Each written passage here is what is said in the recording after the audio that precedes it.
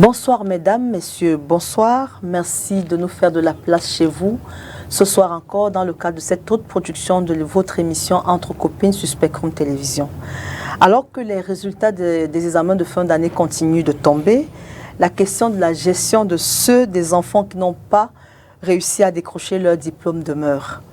Entre déception, frustration, blâme et même tentative de suicide, les élèves malheureux ne savent plus à quel saint se vouer.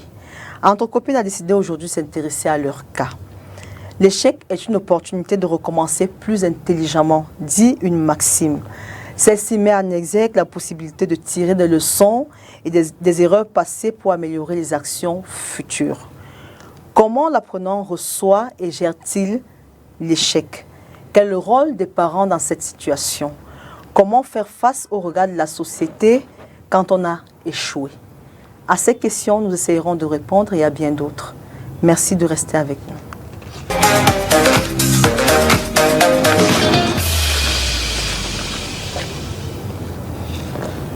La gestion de l'échec aux examens, mode d'emploi, c'est le thème de notre émission de ce soir. Pour en parler, nous avons deux dames et un jeune monsieur que nous avons invité. Alors, le jeune monsieur s'appelle monsieur Touba Benga Hugues. Bonsoir.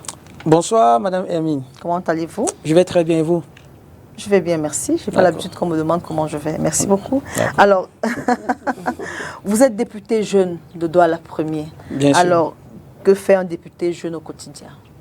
Alors, je vais encore me présenter. Je m'appelle Hugues Ntouba. Je suis député jeune du Vouri et plus précisément de Douala Premier. Alors, en tant que député jeune, je suis le relais entre les institutions qui nous gouvernent et les jeunes de nos de ma localité et plus précisément du Vouri. Alors, en tant que député jeune, nous prenons les aspirations des jeunes, les problèmes des jeunes et nous les exposons au Parlement Jeunesse Cameroun. Ces problèmes-là, nous discutons autour de ces problèmes et nous voyons dans quelle mesure nous mettons sur pied des projets pour accompagner également ces problèmes des jeunes. C'est ça le rôle d'un député jeune de façon précise. Très bien. Vous avez quand même l'impression que les problèmes des jeunes que vous transmettez sont écoutés? Alors, je pense que les problèmes des jeunes sont écoutés parce que il y a de cela 3 jours, il y a de ça une semaine, vendredi passé, nous avons encore reçu ici à Douala précisément le Premier ministre. Le Premier ministre nous a donné une audience, on a discuté avec le Premier ministre, on a soumis des projets des jeunes au Premier ministre et le Premier ministre nous a appelé en audience du côté de Yaoundé la semaine prochaine.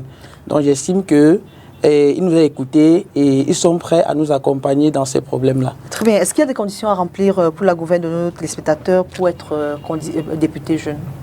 Bien sûr, il y a des conditions à remplir. Comme toute autre candidature, pour être député jeune, il faut d'abord premièrement être camerounais. Il faut être camerounais, il faut avoir la tranche d'âge comprise entre 16 et 35 ans, selon les critères du MIGEC. Et il faut avoir un projet innovant, que ce soit sur le plan social, sur le plan économique ou bien sur le plan politique. Et en plus d'avoir un projet, il faut être inscrit à l'Observatoire national de la jeunesse.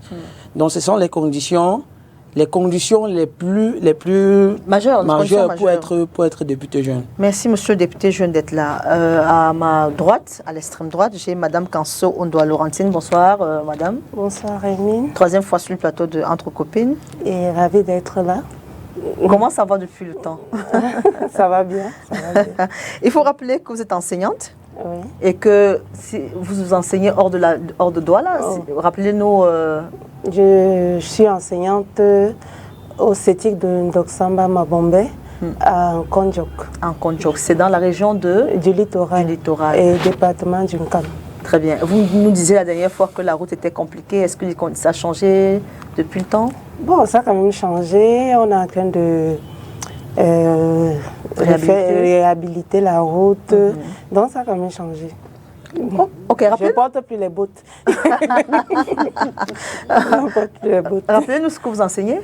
Je suis professeur de comptabilité et finance. Très bien. Merci d'être là. Je vous remercie. À côté de moi, j'ai madame Etondé Catherine, qu'on ne va plus présenter, mais qu'on présente quand même. Bonsoir, madame. Bonsoir, Hermine. Comment vas-tu?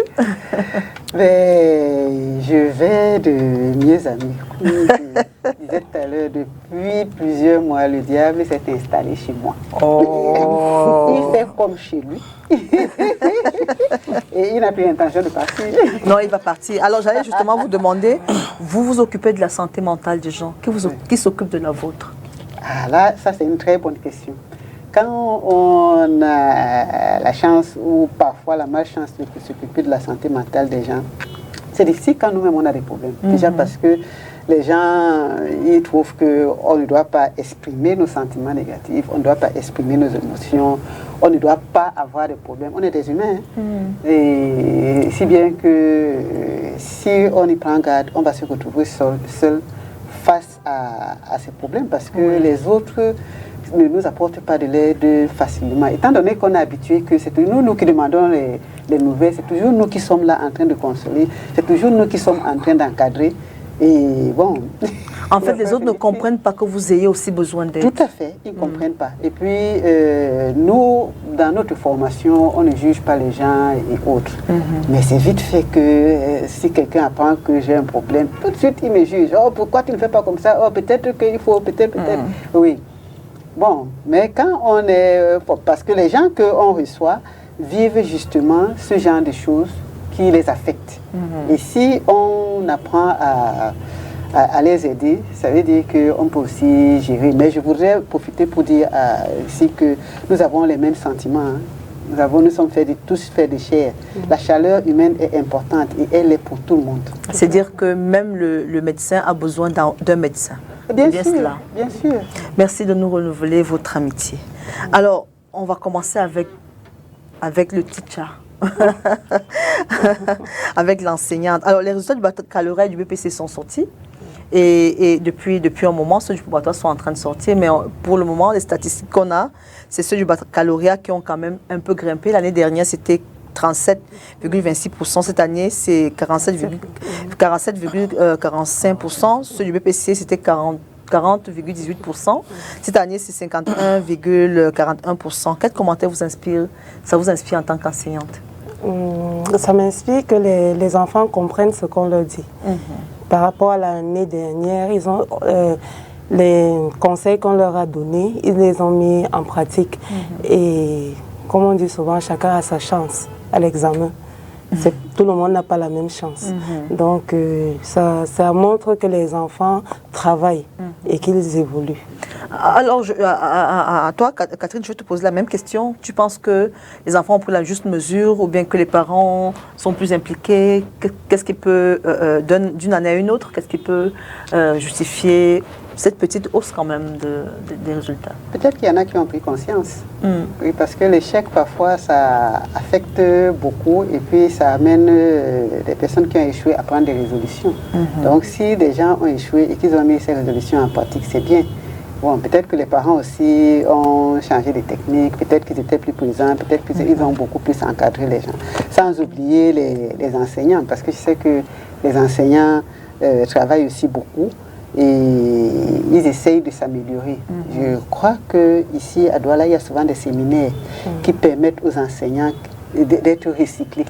Et si on rassemble toutes ces conditions-là, bon, ça peut justifier qu'il y ait des progrès sur le plan scolaire. Vous qui êtes jeune et qui êtes en contact avec vos congénères, est-ce que vous pensez qu'ils sont plus responsables, enfin, ils se responsabilisent de plus en plus? À tout le moins ceux qui sont scolarisés. Bon, moi, l'écart de 10 points entre le taux de l'année dernière et cette année, moi, je ne vais pas dire qu'ils sont conscients. C'est juste qu'ils ont été obligés. Pourquoi? Parce que l'année dernière, le taux de 37% n'est pas dû au fait que les enfants étaient conscients, n'étaient pas conscients. C'était une habitude. Mais sauf que vous avez actuellement une certaine réforme de la moyenne de 10 sur 20 pour avoir accès à l'examen du baccalauréat ou bien du probatoire. Moi, je pense que l'année dernière, ils n'étaient pas préparés. Du coup, ils s'attendaient à ce qu'on le reprenne avec le 8 sur 20, le 10 sur 20 avec les délibérations. La suppression des délibérations a fait que certains enfants ont été éliminés, même ils n'étaient pas préparés. Mais sauf que cette année, ils ont compris que si je n'ai pas mes 10 de moyens, je ne serai pas recalé. Donc, je pense que c'est cette préparation-là, du fait que il n'y a plus de délibération, du coup, je suis obligé de me battre avec mes propres efforts, qui fait que les enfants, il y a quand même cette amélioration du taux là, mais sur le plan du fond, ce n'est pas encore ça. Alors, on est d'accord sur le principe, ce n'est pas encore ça, mais les petits efforts sont à féliciter. C'est quand on félicite les petits efforts que les grands viennent. Je pense qu'on ne va pas faire comme si rien ne s'est passé. Exactement. Les enfants ont fait les efforts parce qu'ils se sont rendus compte que si je n'ai pas dit de moyens, je n'irai pas à l'université. Alors, je vous relance. Est-ce qu'il y a, de votre point de vue, est-ce qu'il y a des élèves dont l'échec ne surprend pas? Les élèves dont l'échec ne surprend pas, oui, bien sûr. Dans mon entourage, il y a carrément ces jeunes qui m'ont dit que au courant de l'année académique, au courant de l'année scolaire a été troublée parfois par les grèves, les OTS, des enseignants, parfois par les journées, des portes ouvertes par-ci, par-là. Du coup, à un certain moment, certains se retrouvent en train de ne pas finir le programme qui était destiné. Parfois, les enseignants qui n'arrivent pas, parfois, c'est des enseignants démissionnaires qui ont voyagé. On entend seulement qu'il est au Canada. Je vais vous arrêter 2 minutes. Il est facile de rejeter la responsabilité de l'échec sur quelqu'un d'autre. Moi, je parle en tant que soi-même élève. Un élève qui est préparé, il sent qu'il est préparé. Est-ce que, de votre point de vue, il y a des gens qui, quand il échoue, tout le monde dit qu'il ne peut même pas passer? C'est la question que je vous pose. Parce qu'on voit dans son quotidien que quand un enfant est impliqué, on le sait. Quand il ne l'est pas, on le sait aussi. Est-ce que vous pensez qu'il y a des enfants dans votre entourage, même dans le quartier, quand il échoue, tout le monde dit qu'il ne peut même pas passer? Moi, je ne veux pas juger l'échec sur cet angle-là. Parce que si on jugeait l'échec sur cet angle-là, moi-même, on ne croyait pas que je devais avoir le baccalauréat. On ne croyait pas. Parce que j'étais le genre d'enfant qui n'était pas... Je n'aimais pas apprendre. Je vais vous dire la vérité. Moi, je me concentrais sur ce que l'enseignant me disait en classe. Puis lorsque j'arrivais à la maison, je tourne un peu là et puis je suis parti. Donc moi, je ne veux pas juger parce que je suis passé par là. Si je me mets à juger de ce côté-là, c'est que je suis sûr qu'aujourd'hui, je serais tombé dans un ravin si c'était possible. Donc je pense que ce soit, qu'on voit l'enfant en train d'apprendre, qu'on ne voit pas l'enfant en train d'apprendre, et tout, c'est une volonté personnelle. Si l'enfant est concentré, il va passer. S'il n'est pas concentré, il ne va pas passer. Ce n'est pas une question de chance, c'est une question de préparation. Très bien. Alors, Laurentine, est-ce que l'élève, même celui qui n'a pas bien travaillé pendant l'année, est prêt à échouer? Enfin, est préparé à l'échec? Est-ce que tout le monde ne va pas un peu à l'examen pour se disant que je vais réussir? Est-ce que même celui qui, pendant l'année, n'a pas bien travaillé, est prêt à échouer en fin d'année?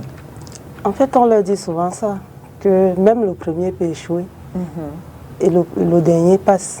Donc, on leur dit, allez à l'examen, sachant que vous pouvez échouer comme vous pouvez passer. Mais faites les efforts de réussir.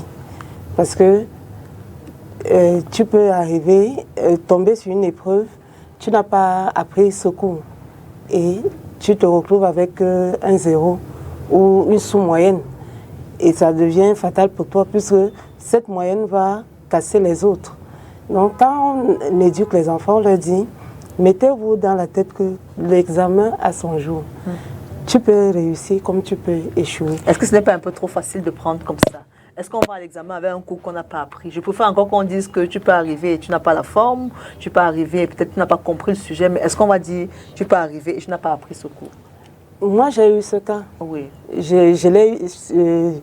J'ai raté le BPC 3 fois, justement parce que j'avais négligé certains cours. J'avais négligé certains cours. Je me suis dit, bon, on dit souvent qu'en géographie, c'est peut-être, on va parler juste du relief, on va parler de l'agriculture. Et je me suis concentrée seulement sur le relief. Et après, c'est l'agriculture qui vient. Vous voyez que ça change. En comptabilité, la chance que mes élèves ont avec la matière, c'est parce que tout ce qu'on te donne à l'école, c'est ce qui vient à l'examen. Mais par contre, les matières aléatoires comme le français, l'anglais, bon, l'anglais aussi peut passer, mais les matières aléatoires comme... je ne veux pas dire que toutes les autres matières ne se valent pas. Hein. Si, bien sûr. Toutes les matières se valent. Maintenant, en géographie, en histoire géo, Et même en mathématiques, on sait qu'il y a des chapitres qui viennent et ça peut arriver que ce chapitre ne vienne pas. Et l'enfant n'a pas la moyenne. Et là, il peut échouer. Très bien. Alors Cathy, quelles peuvent être les causes majeures de l'échec des enfants? Oui, la cause peut provenir de l'élève même.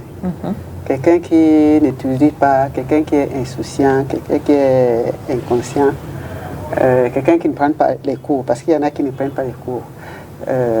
Notre député a dit quelque chose qui est important, que beaucoup de parents doivent savoir. Lui, il n'étudiait pas. J'avais mon fils, il avait peut-être le même problème que lui. Et on m'a appris à l'école qu'il a une mémoire visuelle. Oui. Parce qu'il ne peut pas recopier des cours. Quand on lui disait quelque chose, il dit c'est dans ma tête. C'est-à-dire, lui, il doit être présent. Quand on fait le cours, il retient tout. Bon, quand il écrit, il n'a pas le temps d'aller regarder. Donc, on ne peut pas, il faut que les parents sachent aussi ce genre d'informations pour savoir comment ils doivent encadrer leurs enfants.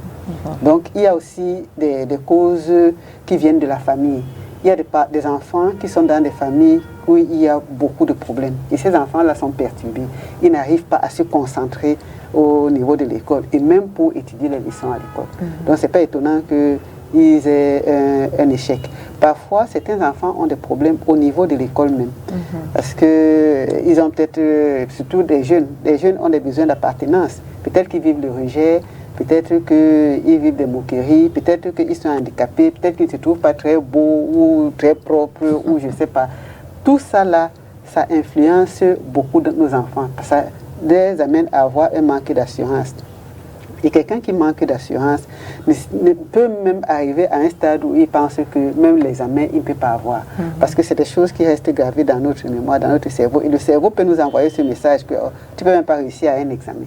Et du coup, ça le bloque. Bon, parfois aussi, la cause peut provenir des enseignants, sauf de ma fille, bien sûr. Ça peut provenir des enseignants parce que je prends aussi en compte ce qu'il a dit.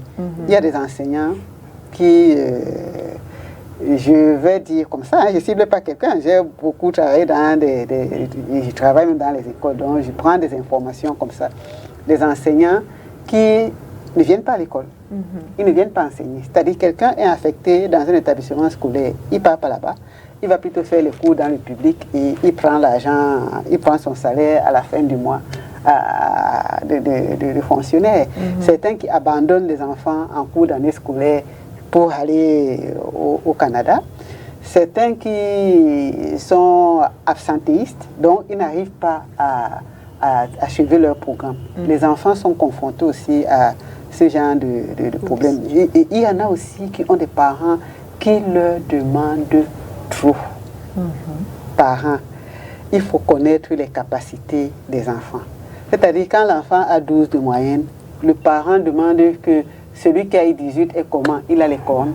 Une fois, j'avais vu dans une école primaire un enfant qui était très, très, très intelligent. Toujours premier de sa classe. Et puis un jour, il rentrait à la maison, en train de pleurer à chaudes larmes. Qu'est-ce qui se passe? On va donner les bulletins. L'enfant dit que ses parents vont le taper. Pourquoi? Il est sorti deuxième. Tu es sorti deuxième, tu as la moyenne. Tu as une bonne moyenne, mais il fallait sortir. L'enfant oui. Tout ça, à la longue, ça peut bloquer l'enfant parce que ça peut même l'amener à ne pas aimer l'école. Maintenant, il y a des enfants aussi qui ont besoin d'un encadrement particulier. On peut penser que ces enfants ne sont pas intelligents à l'école alors qu'ils ont besoin d'encadrement. Moi, j'ai une amie qui avait des enfants, plusieurs enfants. Tous ces enfants, certains étaient intelligents, la plupart étaient intelligents, sinon tous, sauf un. Et elle m'a dit, si je n'avais pas encadré mon enfant moi-même, je n'allais pas savoir qu'il a plutôt besoin qu'on l'encadre autrement. Cet enfant a réussi ses études. Alors que s'il n'avait pas eu cet encadrement, il n'aurait pas continué ses études. Donc voilà autant de choses et peut-être bien d'autres qui peuvent entraîner les échecs. Alors, comment peut-on amener un élève à prendre conscience qu'il pourrait faire face à l'échec? Bon, pour amener un élève à comprendre qu'il pourrait faire face à l'échec, moi, en fait, c'est face aux évaluations. Parce que si on ne t'évalue pas constamment pour te faire comprendre qu'en réalité, tu as plutôt les difficultés en mathématiques ou en anglais, tu as plutôt des difficultés en SVT ou bien en quoi, tu ne pourrais pas savoir que tu seras face à l'échec si c'est que tu ne travailles pas. Mais est-ce qu'il n'y a pas des attitudes qui présagent quand même de ce que s'il ne se reprend pas, il pourrait aller tout droit à l'échec? Est-ce qu'il n'y a pas des comportements au-delà d'être comme vous, comme moi aussi, qui était plutôt quelqu'un qui comprend directement, qui n'a pas forcément besoin de rentrer dans le cahier, mais il y a quand même des enfants qui ont des attitudes qui poussent à se dire que non, toi là, ça ne va pas donner? Bien sûr, il y a des attitudes. Comment on fait? À l'école, on nous parlait de la flânerie.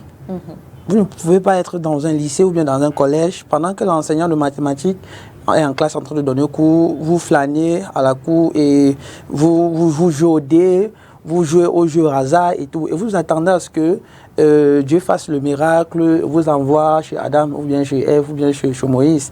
Je pense que ce sont des attitudes qui montrent que même à l'école, même l'enseignant le dit souvent, si vous ne faites pas attention, vous allez échouer.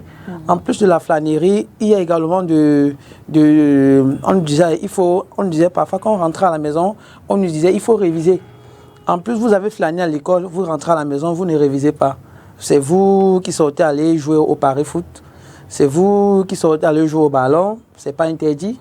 C'est vous de lundi à vendredi, vous qui êtes face aux jeux vidéo. Vous oubliez TikTok. Hein? TikTok, oui, les réseaux sociaux également. C'est vous qui regardez les nudes. C'est vous qui, en fait, vous ne pouvez pas faire tout ça et vous attendez au miracle. Pour moi, le miracle n'existe pas. Donc la réalité va arriver, vous allez échouer. Donc pour moi, ce sont des choses qui déterminent aujourd'hui si un enfant peut réussir son examen ou bien s'il va passer.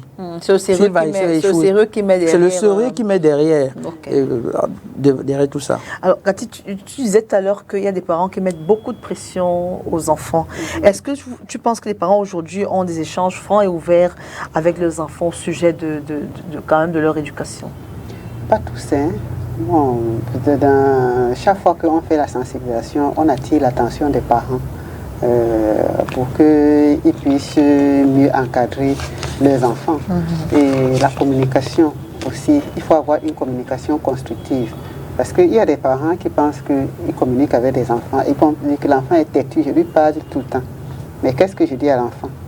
Parce que quand on veut communiquer, oh, tu es trop bête, tu es incapable de faire ceci. On est en train de la penser, hein, mais nous, on sait qu'on est en train de parler avec lui.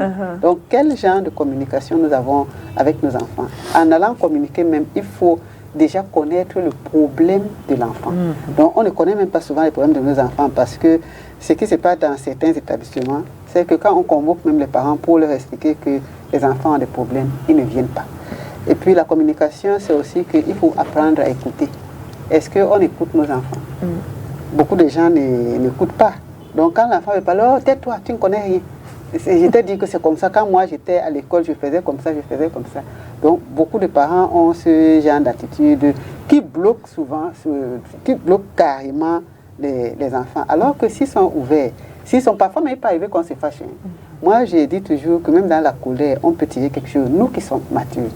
Parce que l'enfant, donc, quand on lui parle, et qui commence à dire des choses dans sa colère, le parent retient quoi? Il est ingrat, il a dit ceci, il a dit cela. Mais qu'est-ce qu'il a dit dans la colère? Parce qu'il peut dire des choses très importantes que nous, on va exploiter parce qu'il a exprimé ses sentiments. Par exemple, il peut dire que tu n'es jamais là, tu ne t'occupes même pas de moi, tu ne sais même pas si j'ai les devoirs, tu ne viens même pas me chercher à l'école. Je dis n'importe quoi. Hein. Quand l'enfant dit ça dans la colère, c'est vrai que le ton n'est pas bon. La forme n'est pas bon. Regardons le fond. Donc son problème c'est quoi? C'est que je ne suis jamais là et tout. Essayons de corriger ça. On va y revenir. Je crois qu'il y a un aspect qu'on va revenir, vous allez comprendre pourquoi. Laurentine, est-ce que les parents sont conscients de ce qu'ils sont comptables quand même de l'échec de leurs enfants? Parce que c'est l'enfant peut-être qui a écrit, qui a échoué, mais est-ce que les parents sont conscients de ce que ils ont leur responsabilité aussi un peu dans l'échec de leurs enfants? Bon, certains parents, non. Ils Ils disent, bon, je t'ai envoyé à l'école, je t'ai acheté tous les documents, cahiers, livres, stylos, sacs. Je paye ton école, je te donne l'argent de transport, l'argent de billets. Donc, si tu échoues, c'est de ta faute. Mais comme Madame Cathy le disait, c'est la communication. Parce que, sincèrement, comme je vous ai dit l'année dernière, moi, je suis dans une zone rurale. Donc, les parents envoient seulement leurs enfants à l'école, ils payent la pension et après, ils se débarrassent. Cette année, pour commencer l'année scolaire, j'ai fait une réunion avec les parents. Oui. Je leur ai dit, si l'enfant vient ici, sans faire mon cours, sans faire mon devoir, ou s'il manque un seul jour de cours, c'est vous que je vais arrêter. Et je veux les manuels scolaires. Parce que tu ne peux pas faire, tu envoies l'enfant à l'école et quand il échoue, toi tu viens battre sur lui, alors que tu dois vérifier, est-ce que l'enfant a fait son devoir? Est-ce que l'enfant, même mentalement, est-ce que ça va à l'école? Et il ne communique pas. Et ça, c'est un grand problème que nous avons, surtout dans cette zone. Cette zone-là, oui. Tout à fait. Donc, les parents ne savent pas encadrer. Est-ce que on ne donne que ce qu'on a reçu, on ne donne que ce qu'on a? Est-ce que les parents, est-ce qu'ils sont forcément préparés à ça? Est-ce qu'ils vont s'inventer aujourd'hui des gens qui peuvent discuter, des gens qui peuvent accompagner, alors qu'eux-mêmes, ils n'ont pas forcément reçu tout cela? Est-ce qu'eux-mêmes n'ont pas besoin d'encadrement, eux-mêmes les parents là? Enfin, surtout dans votre zone par exemple. Justement, quand je parle que j'ai d'abord commencé par une réunion, c'est justement pour apporter cet encadrement aux parents que vous avez la responsabilité d'éduquer votre enfant, de l'accompagner dans son éducation. Donc, il faut... moi, je dis, le parent qui n'est pas conscient, c'est un problème. On a les nouvelles technologies, il faut s'instruire, il faut s'éduquer. Parce que si tu n'as pas reçu de l'amour, avec les réseaux sociaux, on montre comment on doit transmettre de l'amour à une autre personne. Et travailler son mindset, toujours être positif. Si tu n'apprends pas tout cela, je ne pense pas que tu vas t'en sortir avec ton enfant. Donc il faut vraiment que les parents travaillent sur eux-mêmes d'abord. Pour transmettre cela à leurs enfants. À l'ère de la course, parce qu'aujourd'hui tout le monde court. À 6 heures, la mère n'est plus à la maison, le père n'est plus à la maison. Même en zone rurale, le père est au champ depuis 5 heures, la mère est en train de préparer la sauce parce qu'elle aussi elle va aller au champ. Est-ce qu'on a encore le temps? Est-ce qu'on ne peut pas aussi dégager un peu la responsabilité des parents? Est-ce qu'on a encore le temps aujourd'hui de rentrer le soir à 20 heures après avoir essuyé tout ce qu'il y a comme frustration au travail, surcharge, pour s'asseoir, pour dire à l'enfant, apporte-moi ton cahier, je vais le lire et tout ça. Est-ce qu'on a encore forcément la capacité de faire tout ça? Est-ce que l'enfant ne doit pas aujourd'hui être plus autonome? Moi, honnêtement, je pense que c'est une excuse. Parce qu'on a toujours un temps de boire une bière, un jus. On a toujours un temps de s'asseoir et prendre un plat au restaurant.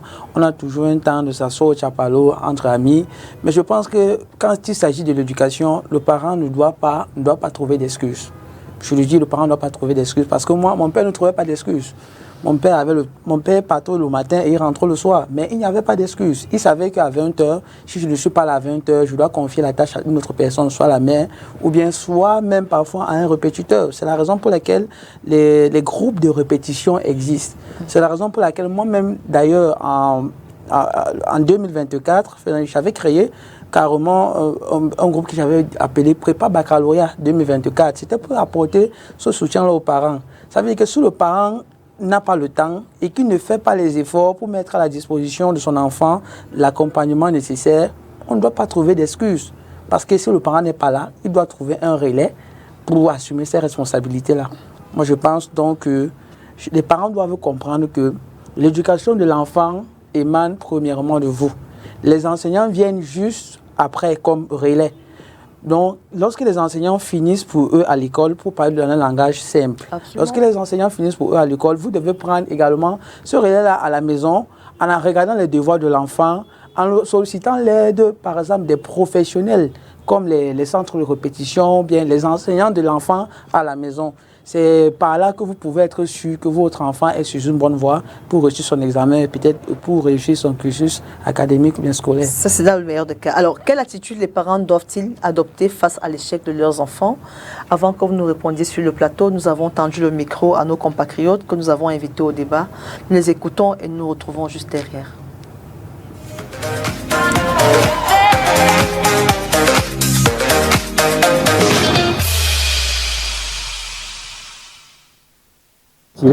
Particulièrement l'attention des parents en ce qui concerne le déroulement scolaire de leurs enfants.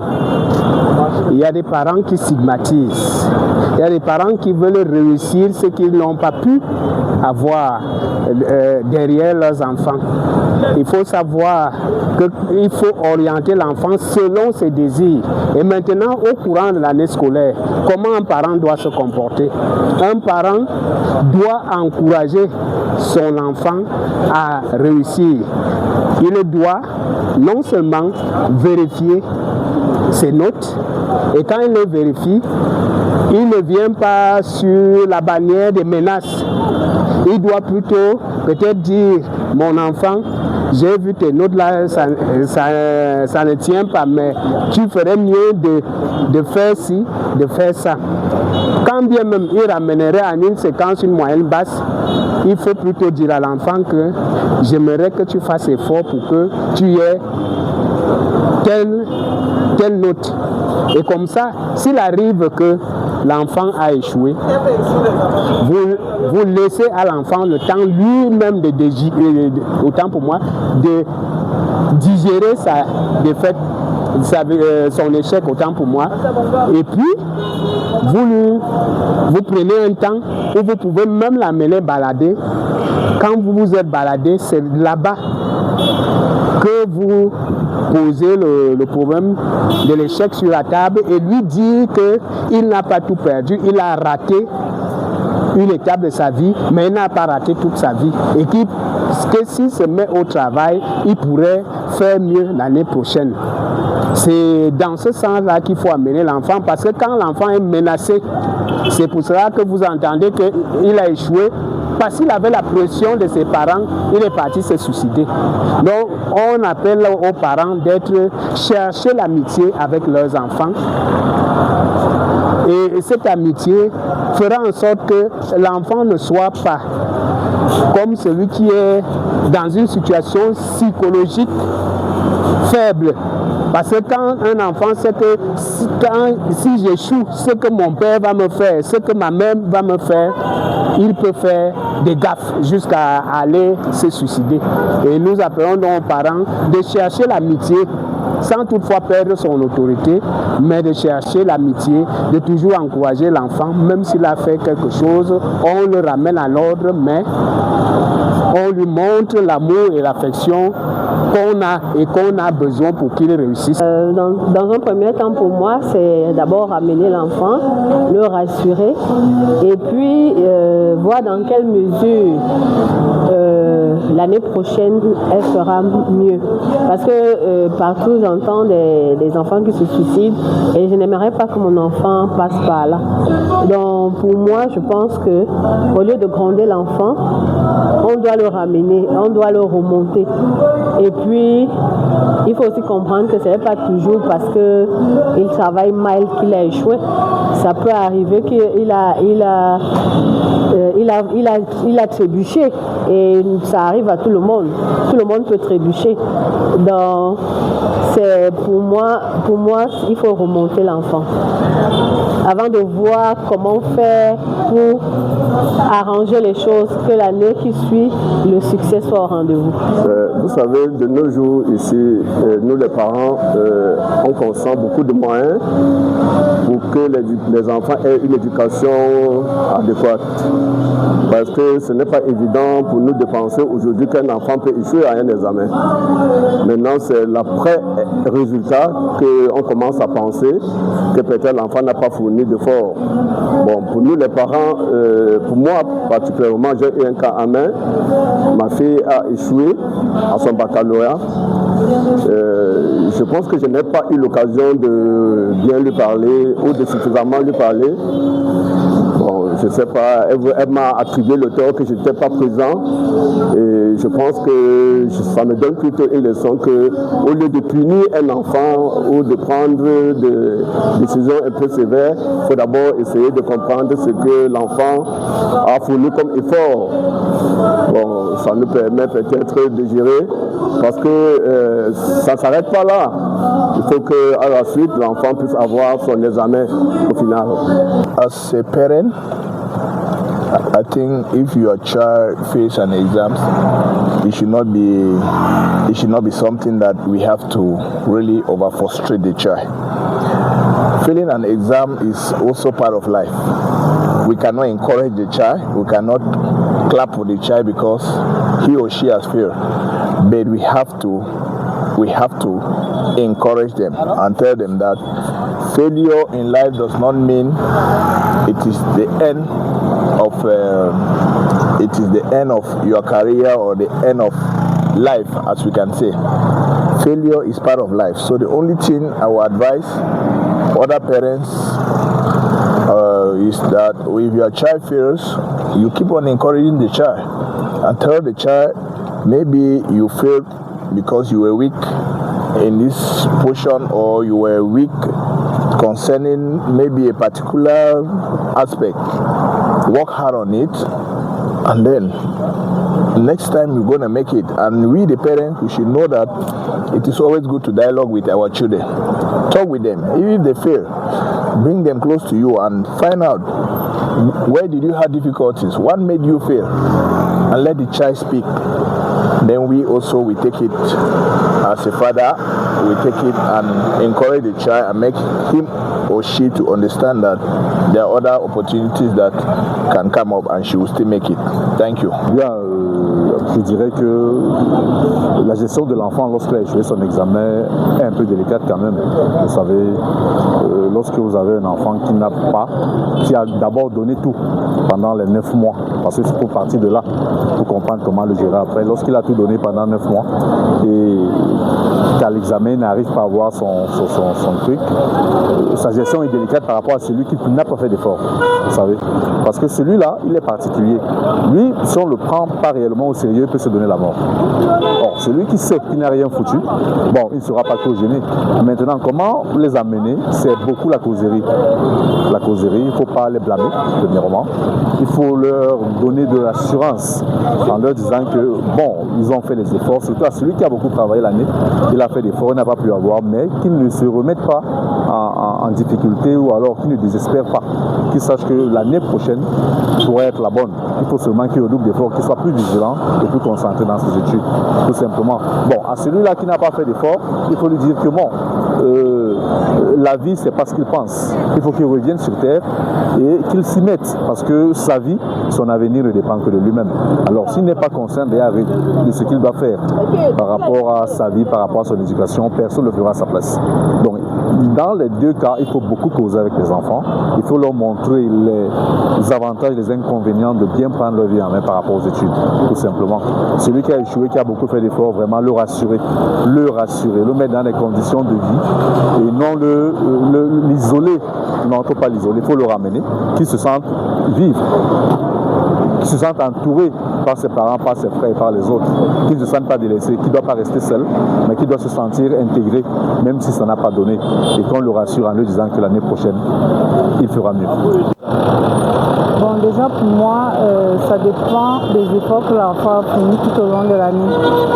Quand il y a des enfants que vous avez observés tout au long de l'année, vous avez vu qu'ils se sont vraiment donnés. Mais quand cet enfant échoue, je pense qu'au lieu de le réprimander, il faut plutôt le consoler parce que déjà ça fait mal.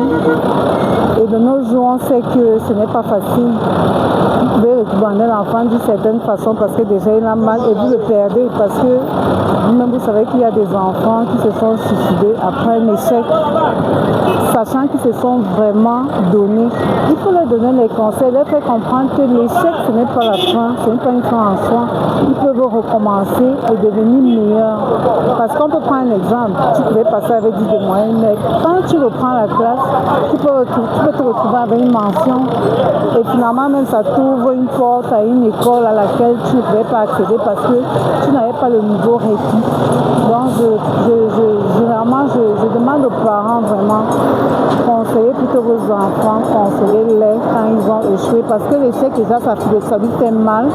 Maintenant, pour ceux qui se sont amusés, parce que quand l'enfant s'est amusé, on le sait. Là, franchement, il faut les réprimander et prendre des mesures et les aider pendant les vacances, voir ce qu'il faut faire pour cadrer l'enfant, pour encadrer l'enfant, pour que l'année qui suit ne soit plus la même. Donc, voilà mon point de vue.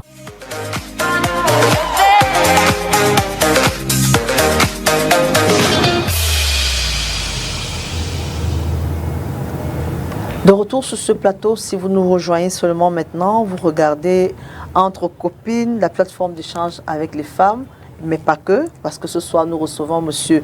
Touba qui est député jeune, avec lui Mesdames Kanse et Tondé, avec qui nous parlons de la gestion de l'échec aux examens. Mesdames et messieurs, vous avez écouté l'élément que Thierry nous a fait. C'est notre correspondant du côté de Yaoundé. Merci pour cela. Vous remarquerez que les parents étaient déjà très prolixes sur le sujet. Ça veut dire que le sujet intéresse beaucoup les parents. Et il y a beaucoup de mots qui sont ressortis. Il y a rassurer, il y a conseiller, il y a dialoguer, il y a ne pas blâmer. Voilà les mots qui sont ressortis. Je vous demande à vous, est-ce que vous pensez qu'avec tous les efforts que les parents peuvent consentir pour envoyer les enfants à l'école, la vie est difficile, hein, nous sommes tous parents ici, en dehors de vous, j'espère, je crois. Alors, nous sommes tous parents, mais à côté de tous les efforts que les parents peuvent consentir pour envoyer les enfants à l'école, est-ce que vous pensez que la première chose à laquelle ils pensent après un échec, c'est un discours apaisant? Non, pas du tout. Hein.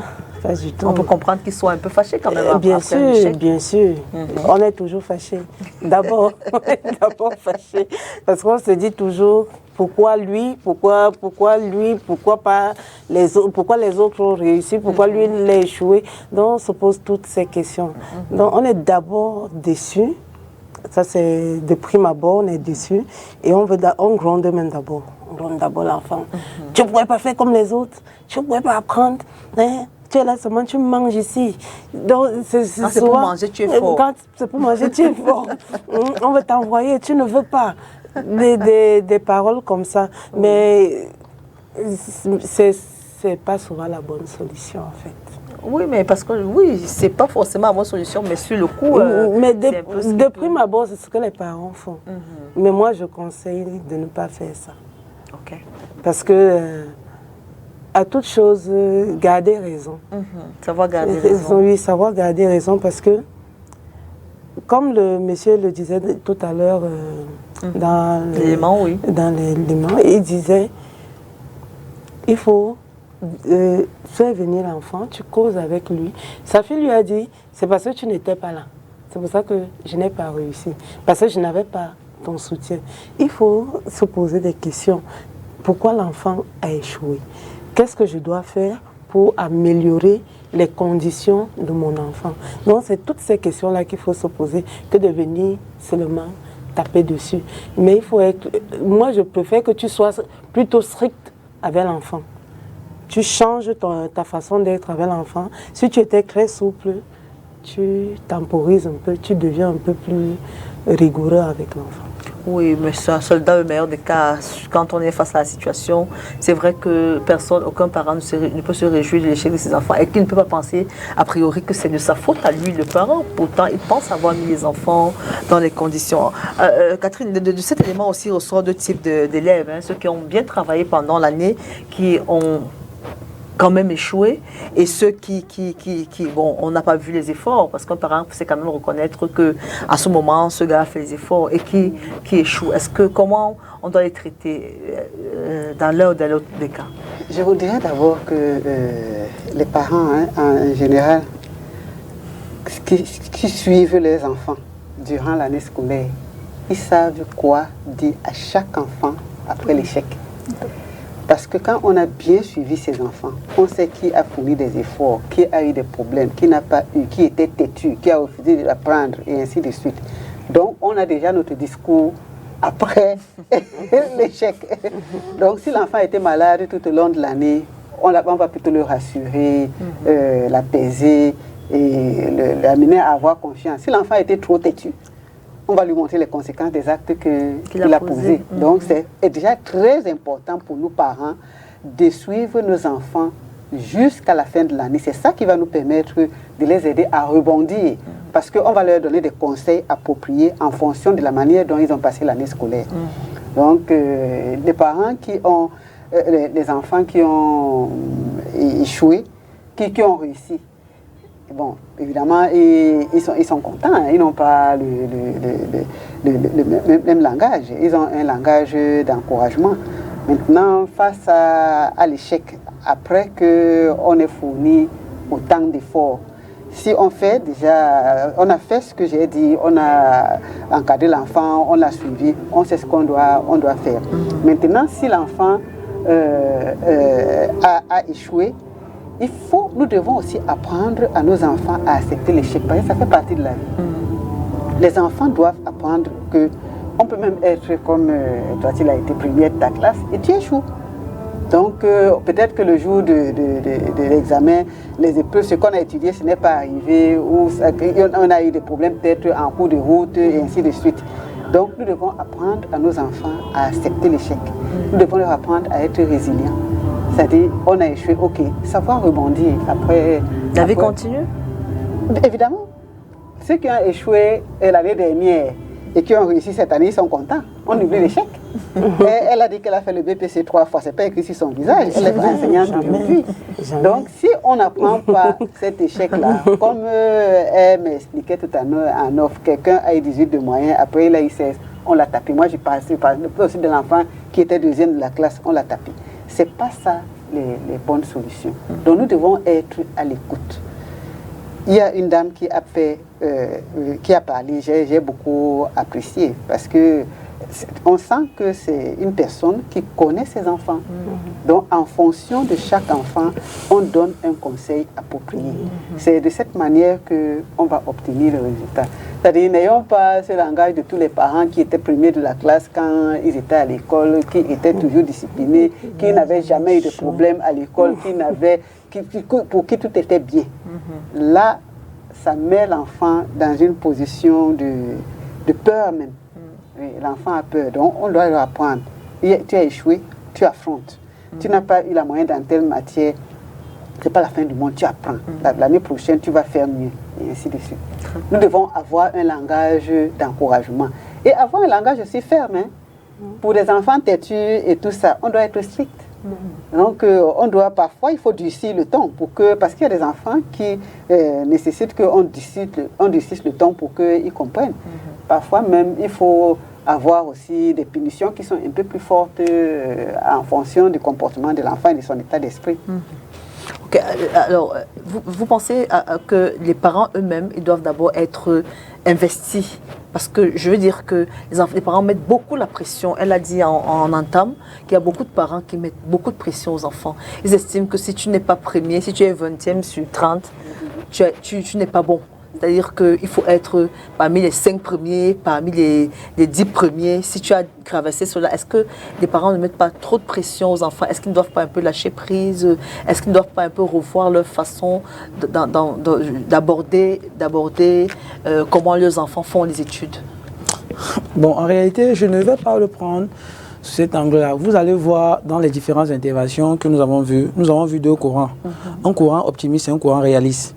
Ça veut dire que le réaliste lui dit, j'ai dépensé assez d'argent pour t'envoyer à l'école. Je touche par exemple un salaire de 100 000 francs le mois. Vous êtes 4. J'ai dépensé de l'argent. Parfois, je suis entré dans les dettes. Donc, quand je dépense mon argent comme ça, là, il me faut du résultat. On ne peut pas les en vouloir. C'est une réalité. Mais dit, si c'est que je dois dépenser comme ça peut-être pendant 5 ans, alors je peux me retrouver en train de finir ma vie sans faire autre chose. C'est un courant réaliste, mais qui n'est pas toujours optimiste. Vous allez voir maintenant dans l'optimisme. L'optimiste dit par exemple que c'est vrai que j'ai dépensé de l'argent pour t'envoyer à l'école. J'ai dépensé 100 000 francs, je gagne 100 000 francs et je dois payer ton école qui coûte par exemple 300 000 francs. Donc j'attends le résultat. Mais ce n'est pas parce que j'attends le résultat que je ne dois pas être compréhensif sur les différents éléments qui peuvent être autour de moi. Peut-être que je n'ai pas été absent. J'accepte que peut-être mon tort, c'est que je n'ai pas été très présent.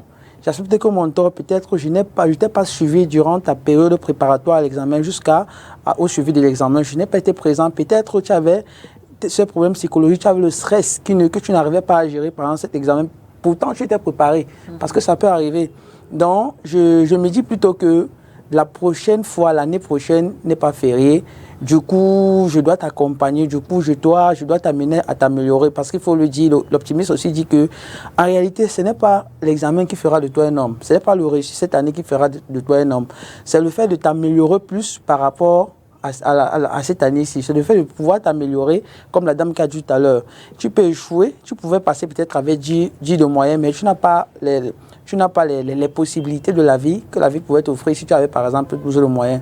Alors, si tu peux échouer pour mieux te préparer et réussir de la meilleure façon l'année prochaine, alors l'échec pour moi doit être pris de la bonne manière. Donc, tout dépend de la position du parent. La position optimiste ou bien la position réaliste. Très bien. Alors, Ticha, Laurentine, quand on se retrouve en l'année d'après avec des enfants qui reprennent la classe, parce que souvent c'est ça, quel est le discours qu'on doit leur tenir? Vous savez, à l'époque, nous, on disait souvent que quand on est redoublant, on dit que nous, on a vu ça l'année passée, donc on a tendance à se dire que j'ai les cahiers de l'année passée, je ne viens pas. Quand vous retrouvez dans une classe des enfants qui ont échoué les examens de l'année en cours, quel est le discours que vous leur tenez? Bon, le discours que moi je tiens, généralement, c'est dire à l'enfant, si tu as échoué une fois, tu peux encore le faire même 10 fois. Mets-toi au travail. Tu prends, le cahier de l'année dernière peut t'aider, mais ça va toujours t'aider parce que le cours qu'on a fait cette année, peut-être que l'année dernière, qu'on a fait l'année dernière, peut-être cette année, on va le modifier et peut-être le cours de l'année dernière, tu l'as mieux compris que celui qu'on va expliquer cette année. Donc, il faut toujours être à l'école. Si tu as un problème, tu poses des questions, ne reste pas dans ton coin. Ceux qui sont timides, je me rapproche maintenant d'eux pour savoir quel problème tu as, tes lacunes, tes difficultés. Est-ce que le cours puisque les enfants ont souvent le problème de français et d'anglais, ces deux matières-là. Oui. Donc on les amène à se dire, l'anglais c'est comme le français. Le français c'est comme la comptabilité que tu fais. Si tu travailles bien, tu vas comprendre la matière. Donc, il ne faut pas rester en autarcie, il ne faut pas rester dans ton coin et dire, comme les gens me regardent bizarrement, comme je n'ai pas eu mon examen l'année dernière, on me maltraite peut-être au quartier, comme je n'ai pas eu l'examen l'année dernière, il faut enlever ces stéréotypes dans ta tête et avancer. Il faut se comporter comme un nouvel apprenant. Un nouvel apprenant. Comme si c'est la première fois qu'on faisait cette classe-là. On faisait cet examen, mais être plus attentif. Plus assidu. Oui. Plus attentif, plus discipliné, plus engagé aussi. Oui. Plus engagé parce aussi. que il faut rappeler, quand on a déjà échoué une fois, il est possible qu'on échoue encore une deuxième fois parce qu'on a... 10 fois. Voilà. On a des camarades qui ont fait le bac 7 fois. Pendant 7 ans. Ils ont fait chaque année, ils viennent, ils composent, juste à ce que les parents ont dit que je ne te paye plus l'école. Eux-mêmes, ils ont commencé à faire des petits jobs pour pouvoir payer leur école. Et c'est la deuxième année qu'ils ont eu, après 7 ans. Donc, l'examen, il faut vraiment préparer l'enfant. Et quand tu vois qu'il veut déjà déraper, tu le ramènes à l'ordre. Parce qu'on a eu ça cette année. J'ai encore eu ça cette année. Il y a on a bien commencé au premier trimestre, elle avait les bonnes notes. Au deuxième trimestre, elle s'est dit non, je comprends déjà tout. Je baisse les bras. C'est pas ça. Dès que tu vois déjà que, comme le député le disait tout à l'heure, ça partit des évaluations. Quand tu évalues l'enfant, tu te remarques que ses notes, les notes ont diminué ici, les notes ont augmenté de l'autre côté. Pourquoi tes notes ont baissé? Il faut comprendre pourquoi l'enfant a des notes qui varient. Il faut que l'enfant soit toujours stable. Soit il augmente ou il est stable. Et c'est ce problème que nous avons. Très bien. Alors, on est en train de terminer l'émission. Cathy, j'ai envie de te demander, y a-t-il quand même des enseignements à tirer quand on échoue, aussi bien pour les parents que pour les enfants eux-mêmes? Naturellement, l'échec nous amène toujours à réfléchir. Si on échoue, ça veut dire qu'on a manqué quelque chose quelque part. Donc l'échec, on dit il vaut mieux apprendre par l'obéissance, par le discernement que par l'expérience. L'échec nous permet d'avoir l'expérience. Donc quand on échoue, ne partons pas nous suicider.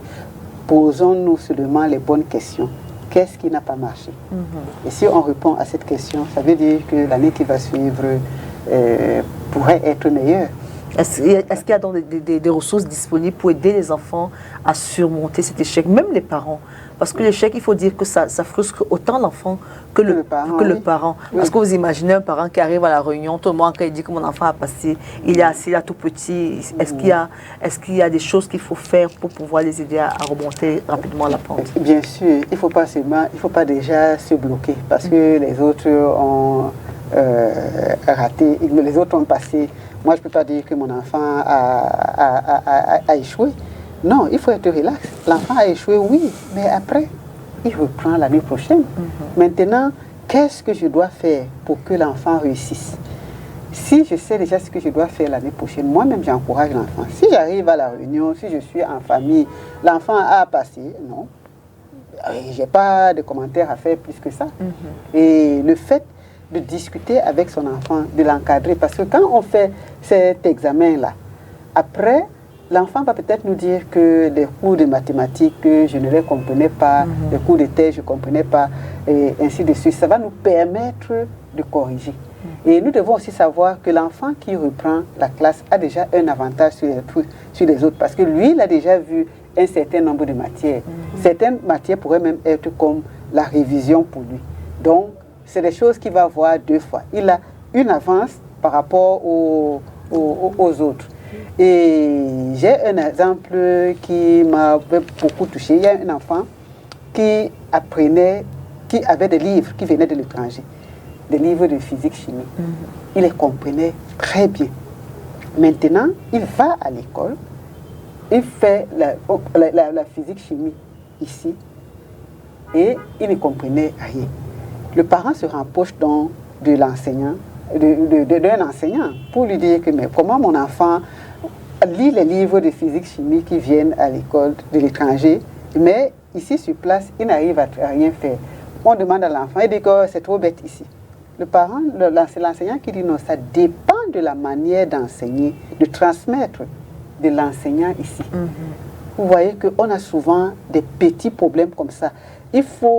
Ne négligeons pas ce que nos enfants nous disent. C'est-à-dire, nous attendons parce que quand l'enfant nous dit quelque chose, qu'on ait une réponse importante. La solution peut être dans les petites choses. Ne pas avoir honte. Hein? L'enfant a échoué. Ok, c'est vite fait. Hein? Chez nous, ici, on dit souvent que si on te dit que tu vas mourir l'année prochaine, tu vas commencer à pleurer maintenant. Donc, s'il y a échec, on dit qu'il va reprendre l'année prochaine. L'année prochaine n'est pas trop loin. Ok, on sommes au terme de l'émission. Alors, toi, Hugues, le député jeune, je veux que tu parles à un enfant qui n'a pas eu son examen cette année. Que tu regardes cette caméra et que tu lui passes un message d'encouragement ou bien pour le booster pour l'année prochaine. Alors, merci. Mais toi, jeune bachelier ou bien pro-bachelier, ou bien jeune qui a composé le BPC, mais n'a pas réussi, ce que moi je vais te dire, c'est que la réussite n'est pas le fait d'aller de l'avant en avant, mais de se relever à chaque fois que l'on tombe. C'est dans cette optique que nous avons lancé le programme Atelier Vacances Utiles et la semaine de l'orientation académique. Parce que dans ces ateliers-là, vous allez rencontrer des jeunes étudiants, vous allez rencontrer les jeunes professionnels en insertion, vous allez apprendre de leur expérience, parce qu'il y en a ceux qui ont échoué, vous allez apprendre de leur expérience, ils vont vous dire comment est-ce qu'ils ont pu gérer cet échec-là, et vous allez également être face à des conseillers d'orientation et à des professionnels de différents métiers, comment ils sont passés par l'échec pour réussir. Dans ces ateliers-là, vous allez apprendre beaucoup de choses. Alors, chers parents également, Ne laissez pas vos enfants à la maison après l'échec. Faites divertir vos enfants, faites distraire vos enfants. Parce qu'en restant à la maison, ils peuvent arriver à commettre certaines erreurs irréparables en buvant l'eau de Javel ou autre quelque chose qui puisse porter atteinte par exemple à sa vie. Envoyez ces enfants-là pendant ces ateliers de vacances qui vont se dérouler dans tous les départements de la région du littoral, que ce soit l'Oncam, que ce soit le Vouri, que ce soit la Sanaga maritime ou bien le Mungu. Ces ateliers commencent le 15 août et ça va finir le 5 septembre. Envoyez vos enfants découvrir d'autres personnes, s'inspirer des autres et devenir de meilleures personnes. Très bien. Alors, Madame l'enseignante, qu'est-ce que vous avez dit à vos élèves qui, cette année, n'ont pas pu avoir leur examen? Bon, ce que je veux dire à mes élèves, l'échec n'est pas une fatalité. Les grands savants, même moi-même, j'ai eu des échecs dans ma vie, mais cela ne m'a pas permis, ça ne m'a pas empêché d'être la dame que je suis aujourd'hui. Tu tombes, tu te relèves et tu tires des leçons de ton échec. Pourquoi j'ai échoué? Quelles sont les matières qui m'ont empêché d'avoir la moyenne? Et aussi beaucoup travailler pendant les vacances. Il y a les établissements qui font des cours de remise à niveau. Il faut y aller pour comprendre ce qui t'a manqué durant l'année. Donc, très bien. Ça, il faut. Très bien. Alors Cathy, toi, tu vas parler aux parents parce que la santé mentale des parents, de la santé mentale des parents dépend aussi le résultat des enfants aux examens. Il faut leur créer un environnement qui soit propice à l'étude, à l'épanouissement. Je parle à des parents ce soir. Oui, je voudrais dire aux parents que quand l'enfant échoue, qu'il ne pense pas d'abord à son argent. Ça va être dur, ça. Oui, mais ça va être dur. Quand on pense à son argent, le reste, l'enfant là nous élève. Pensons d'abord à l'enfant. Pensons à ce que nous pouvons faire pour que l'année prochaine, ça aille mieux. Pensons à comment est-ce que nous pourrons améliorer notre relation avec notre enfant, notre encadrement. Soyons à l'écoute, tout simplement. Et acceptons l'échec. Parce que quelque chose qu'on n'accepte pas, ça ne nous quitte pas. Hein. Donc si on accepte déjà, ok, j'ai perdu l'argent, j'ai perdu, qu'est-ce que je vais faire par la suite? C'est ça qui va nous aider. Merci, mesdames, messieurs, d'avoir été là ce soir. Merci à Didier qui est derrière, à Armel, à toute cette équipe qui travaille pour la réalisation de cette émission. L'échec n'est qu'une opportunité pour recommencer intelligemment. Prenez soin de vous, au revoir et à la semaine prochaine.